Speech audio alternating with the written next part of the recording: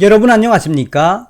전라도 광주 국민의힘 주동식 당협위원장이 긴급하게 잡범 이재명도 중요하지만 문재인 촉결이 가장 중요하다라는 명칼럼을 펜앤 마이크에 기고했습니다. 주동식 당협위원장은 이재명보다 왜 문재인 촉결이 가장 시급하며 중요한지, 윤석열 정부, 문재인 어떻게 해야 하는지 긴급 칼럼을 통해 우리 보수 우파 국민들에게 많은 깨우침을 주고 있습니다. 주동식 칼럼, 이재명보다 문재인 촉결이 더 시급하다. 이재명 더불어민주당 대표에 대한 수사가 본격화되고 있다. 검경이 수사 중인 이재명 관련 사건은 선거법 위반 말고도 10여 건이 더 있는 것으로 알려져 있다. 대장동 사건, 백현동 의혹, 쌍방울 의혹, 변호사비 대납 의혹, 성남FC 불법 후원금 의혹, 경기도 법인카드 유용 등이 그것이다. 이 밖에도 얼마나 더 많은 의혹이 드러날지 알 수가 없다. 민주당은 이재명 대표를 옥죄어 오는 검찰의 수사를 정치 탄압으로 규정하며 강하게 반발하고 있다. 출석 요구에 응하지 않고 서면 진술로 대신하겠다고 소명한 것도 이재명 대표가 검찰에 출두하는 모습만은 극력 막겠다는 의지의 발로이다. 그만큼 다급하다는 얘기이다. 민주당이 당헌 개정에 매달리며 이재명 방탄 슈트를 만드는데 전력을 기울여왔던 이유가 분명해지고 있다. 이재명 대표 수사는 국민의 힘과 여건이 정치적 수세에서 벗어나 공세로 전환하는 터닝 포인트가 될 것으로 보인다. 이재명 대표가 필사적으로 준비해 왔던 방탄 장치를 가동할 경우 인신 구속이나 검찰에 출두하는 것은 막을 수 있겠지만 정치적으로 논란이 되고 내상을 입는 것은 피할 수가 없다. 이재명 대표와 관련된 의혹이 워낙 많아 일일이 방탄 국회를 열게 될 경우 국회가 특정 정치인의 범죄 행위를 덮기 위한 도구로 악용된다는 비판을 피하기 어렵다. 민주당 내부에서도 여기에 대해 반발하는 시각이 존재하고 있다. 정국의 변화에 따라서는 이 사안이 민주당 분당 등 정계 개편으로 이어질 가능성도 있다. 하지만 이런 상황 속에서도 우파 진영이 놓치지 말아야 할 이슈가 있다. 그것은 바로 문재인 전 대통령을 정치적으로 어떻게 정리할 것인가의 문제이다. 이재명이냐 문재인이냐 누구를 지지할까를 묻는 게 아니고 누구를 먼저 정치적으로 촉결할 것인가에 대해서 묻는 질문이다. 대선 이후 대다수 우파들이 한 번쯤은 머릿속에서 붙잡고 씨름했을 주제이다.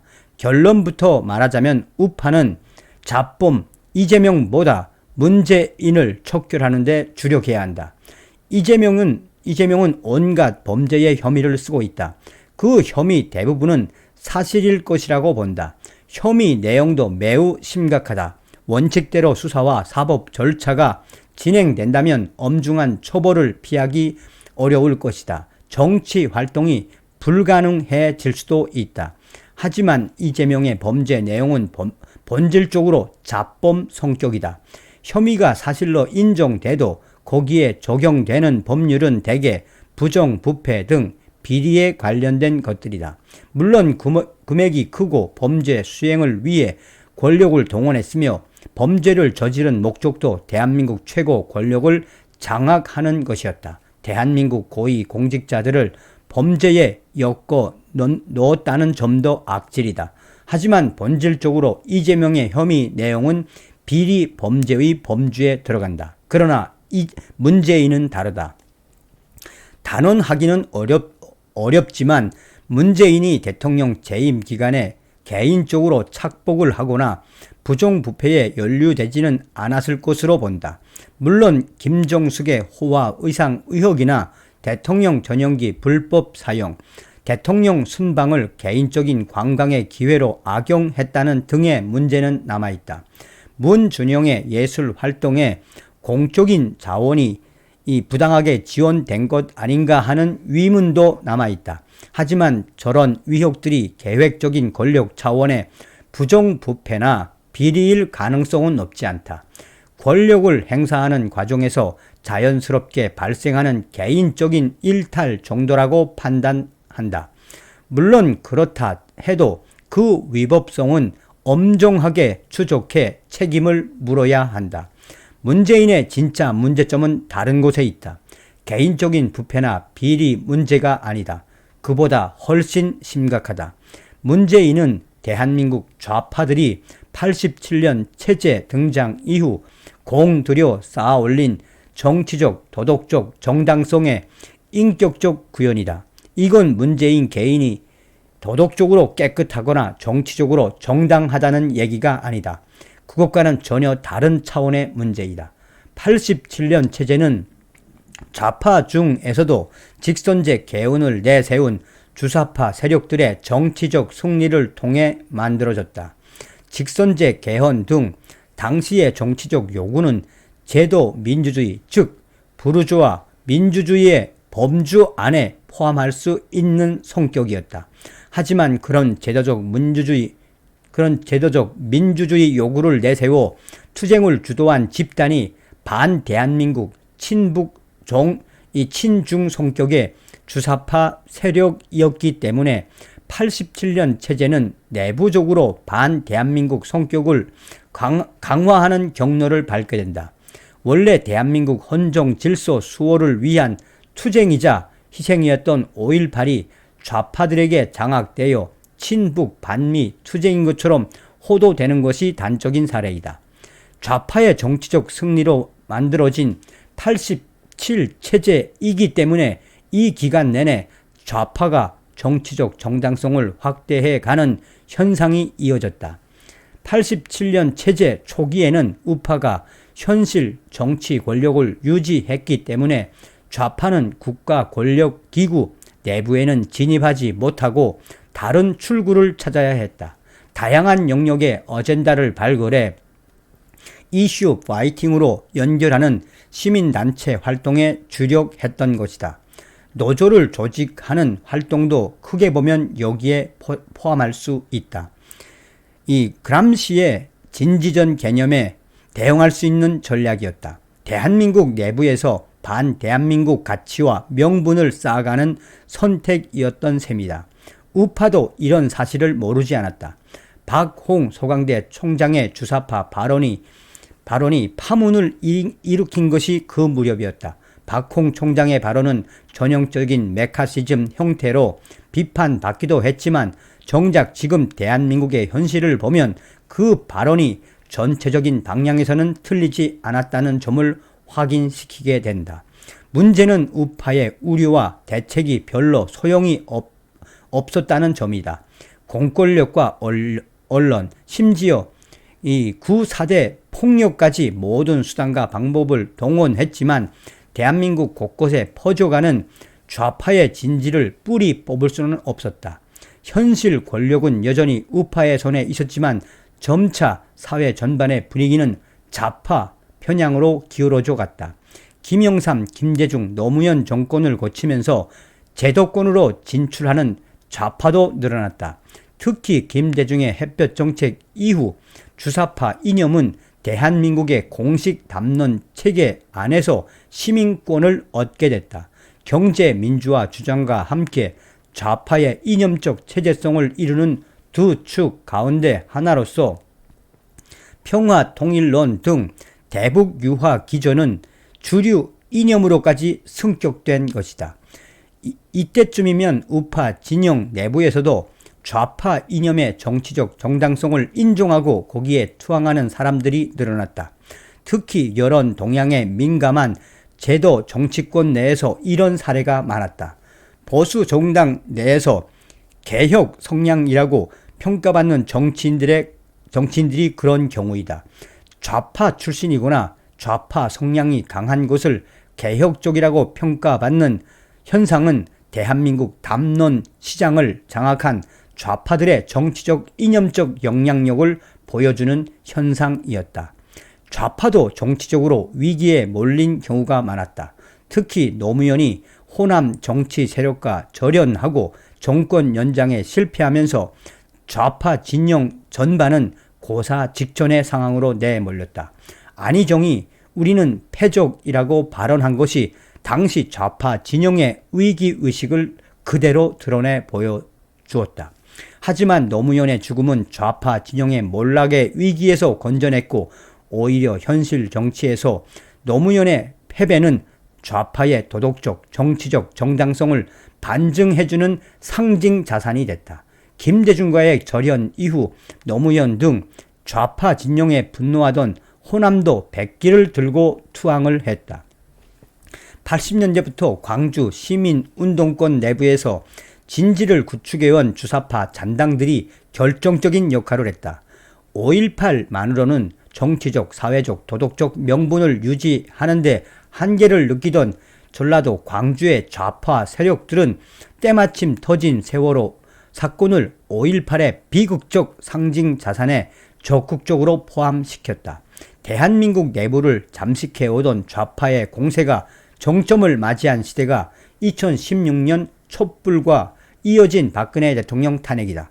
좌파 쪽으로 기울어진 대한민국 이념 진영이 완전히 좌파가 주도하는 판으로 뒤집힌 사태였던 것이다. 87년 체제의 최종 완성이자 종결이었다. 이런 87년 체제의 최종적인 승리의 상징이 바로 문재인이다. 문재인은 사실 정치인으로서 아무 업적이 없다. 오직 노무현의 친구라는 이유 하나로 어느 날 갑자기 청와대 민정수석이 됐고 이후 자연스럽게 대통령 비서실장이 됐다. 청와대에 근무할 때도 업무 능력은 기대 이하였다는 평가가 많다. 하지만 노무현의 죽음은 그를 느닷없이 노무현의 후계자이자 좌파의 지도자로 밀어 올렸다. 문재인이 재산이라면 오히려 정치적으로 아무것도 하지 않은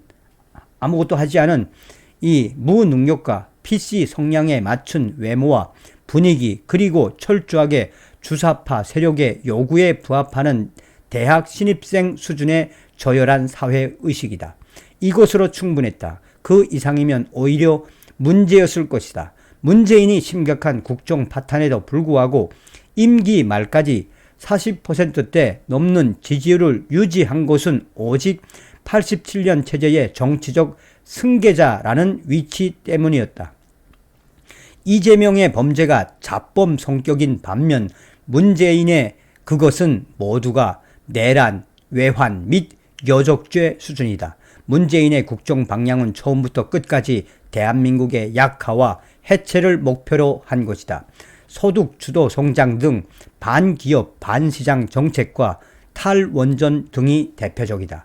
친북, 종중, 친북, 친중 노선이 대한민국에 끼친 치명적인 폐해는 계산조차 하기 어렵다. 문재인은 대한민국 역대 정권이 피땀 흘려 쌓아온 자원을 대한민국을 무너뜨리는 데 사용했다. 문재인이 집권 기간 내내 주력한 것은 대한민국의 약화였지만 기회만 주어졌다면 대한민국 해체까지 시도했을 것이다. 역설적으로 임기 말까지 견고하게 유지됐던 문재인 지지율이 그런 모험을 망설이게 했을 것이다. 무난하게 정권을 연장할 수 있다고 판단, 리스크가 큰 모험은 후임 정권에게 또 넘기려는 계산 아니었을까? 지금도 윤석열 정권에게 가장 크고 심각한 위협 요소는 문재인이지 이재명이 아니다. 이재명은 결코 대통령이 될 수 없다. 이재명이 비리 관련 사법 절차를 모두 무사히 돌파해내고 법적으로 깨끗한 신분이 된다 해도 마찬가지이다. 법적으로 자유로워진다 해도 정치적으로는 누더기가 된다. 김부선 배우와의 관계, 형수에 대한 욕설 등만 해도 이재명은 정치적인 권위와 신뢰를 영원히 상실한 처지이다. 조폭들이 흔히 말하는 말로 쪽팔리면 건달 노릇 못한다는 게 있다. 비슷한 경우가 정치인이 정치적인 권위와 신뢰를 상실하는 것이다. 이재명이 바로 그런 경우이다. 지난 대선에서 존재감을 과시했던 대선 후보들 가운데 윤석열, 이재명, 홍준표 등이 사실 비슷한 캐릭터이다. 극단적으로 표현하자면 일종의 양아치 캐릭터라고 할까? 이런 캐릭터에 대한 정치적 수요는 헌정 질서가 혁명에 가까운 변화에 직면했을 때 생겨난다. 하지만 그런 정치적 수요는 일회성에 끝인다. 일회성에 그친 그 정치적 수요를 충족시켜준 정치인이 윤석열이다. 이건 이재명에게는 두 번 다시 기회가 오지 않는다는 이야기다. 그런 점에서 보자면 차라리 이재명의 존재감을 유지하는 것이 보수 정권 재창출에는 더 유리할 수도 있다. 이재명이 조기에 낙마하면 민주당은 고통스러운 자체 정비를 통해 더 강력한 리더십을 세우게 될 가능성이 높다. 그러나 문재인은 다르다. 비록 전직이지만 그 정치적 정당성과 상징 자산은 현역이나 마찬가지이다. 문재인은 존재 자체로 87년 체제의 정당성, 나아가 좌파 패권의 도덕적, 정치적 정당성을 상징한다. 문재인을 정치적으로 제거하지 않는 한 우파는 대한민국 주류 이념의 자리를 복원할 수가 없다. 이 문제는 결코 간단하게 넘길 수 없다. 윤석열 정권은 기반이 매우 취약하다. 0.7%포인트 득표 차이의 승리도 그렇지만 언론과 시민사회, 학계, 문화계 등의 저변이 모두 좌파들에게 점령당한 상태이다. 국회는 말할 것도 없다. 한마디로 물 위에 뜬 기름 같은 처지가 바로 윤석열 대통령이다. 경찰 등 행정부 조직마저 믿기 어렵다. 윤석열이 믿고 움직일 수 있는 조직은 검찰뿐일지도 모른다. 여당인 국민의힘은 이준석 분탕질로 언제 정비될지 기약이 없다. 한국 사회의 근본적인 이념 지형이 바뀌지 않으면 이런 세력 분포는 앞으로도 강고하고 유지될 것이다. 어떤 방식으로건 우파가 주도하는 이념 전쟁이 불가피한 상황이다. 그리고 그 이념 전쟁에서 문재인은 가장 먼저 정치적으로 무력화시키고 추락시켜야 할 타켓이다. 문재인과의 타협을 통해 적과의 동침이 가능하다고 믿는 것은 착각이다. 문재인은 집권 기간 동안 심각한 국정 파탄으로 일관했다. 윤석열 재임 기간에 그 후유증이 현실화될 가능성이 매우 높다. 그럴 경우 문재인을 중심으로 하는 좌파 진영은 오히려 그걸 윤석열의 무능과 국정농단으로 몰아갈 것이다. 문재인과 윤석열은 결코 공존할 수 없다. 어느 한쪽은 몰락해야 하는 구조이다. 윤석열은 동원 가능한 모든 수단을 활용해 문재인을 잡아야 한다. 공격을 늦추면 윤석열이 먼저 당한다. 이재명 따위는 민주당에서 지지고 복구라고 놔둬도 된다. 하지만 문재인의 처벌은 시급을 요하는 사안이다. 반드시 전력을 기울여 문재인을 법정에 세우고 응징해야 한다. 그 방식은 잔인할수록 좋다. 이것은 정치 보복이 아니다. 대한민국을 정상화시키는 첫 걸음이고 반드시 거쳐야 할 관문이다. 국민은 이 일을 해내라고 윤석열을 불러낸 것이라는 사실을 윤석열은 잊으면 안 된다. 주동식 국민의힘 광주광역시 당협위원장. 어떻게 들으셨습니까? 죽기 살기로 전쟁을 윤석열 대통령이 해 주시길 바란다라는 거죠. 문재인을 반드시 제거해야 한다라는 주동식 광주 당협위원장님의 이 당부가 어찌 보면 윤석열 정부의 핵심이기도 합니다. 다음 시간에 뵙겠습니다. 멸공.